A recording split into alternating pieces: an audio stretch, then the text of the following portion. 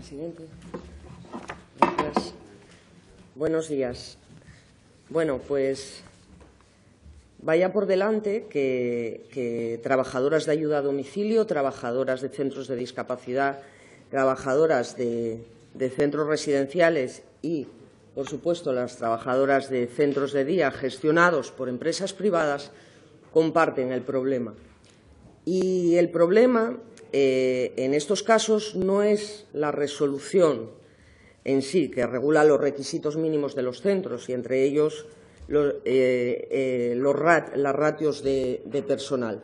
Creo que no han entendido bien la realidad que subyace. Y esto lo digo porque las ratios establecidas en la resolución son los mínimos.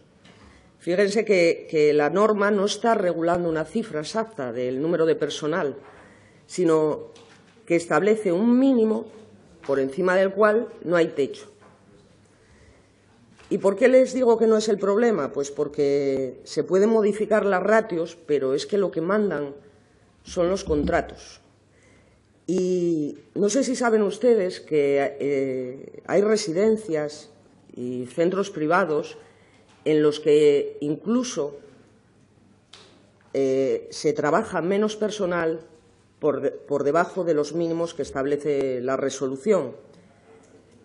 Incluso centros públicos en los que no se sustituye al personal y también están por debajo de los mínimos que dice la resolución. Por eso presentamos la enmienda para que el incremento de los ratios que establecía pues, se apliquen en los propios contratos.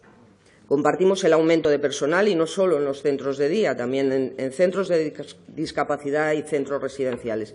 Pero lo que ocurre con las concertaciones con empresas privadas es que al final lo que manda son las cláusulas del contrato. Modificando la norma no garantizamos que se resuelva el problema. Otra cosa sería que la norma a modificar fuera la derogación de la reforma laboral del propio Partido Popular, que precisamente es la que avala que estos convenios con las empresas terminen en contrataciones con las trabajadoras sin derechos, con unos salarios que no dan para vivir, con unas jornadas penosas y sin posibilidad de conciliar la vida familiar y laboral. Y un largo etcétera. Bueno, ustedes conocen bien que fueron quienes la crearon. Y aparte de los ratios, presentamos una enmienda para que se incluyan los pliegos cláusulas sociales necesarias para una contratación pública y socialmente responsable. Esto es un pliego de cláusulas administrativas para la contratación, en este caso, de centros de día también.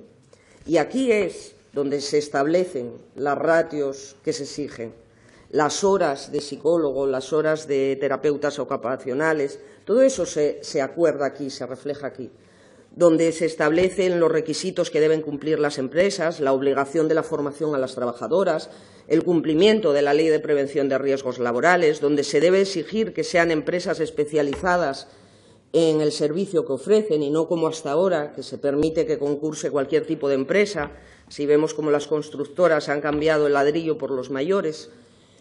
Y también la prestación del servicio de alimentación que se va a dar en el centro. Resumiéndolo, aquí se define la calidad del servicio que se quiere ofrecer. Y lo importante es esto, lo que aquí se escribe y además de lo que se escribe, también lo que se cumple de lo que está aquí. Porque más que la aplicación con carácter retroactivo de la ratio en los contratos, lo que se requiere es una revisión de las contrataciones.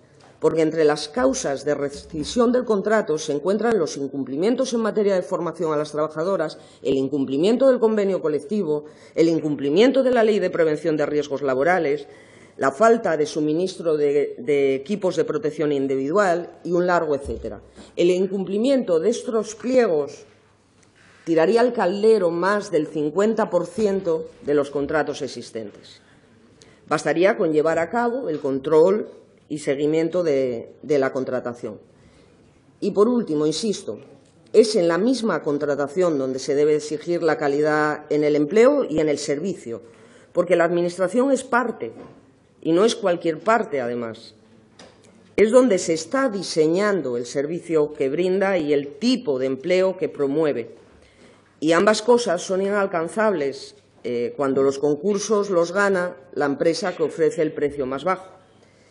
Y miren, señorías del Partido Popular, ojalá les viéramos anunciar la derogación de la reforma laboral y permitir que el Estatuto de los Trabajadores pues fuera eso, un estatuto de los trabajadores y las trabajadoras. Quizá entonces, nos creeríamos que les preocupan los derechos laborales. Muchas gracias.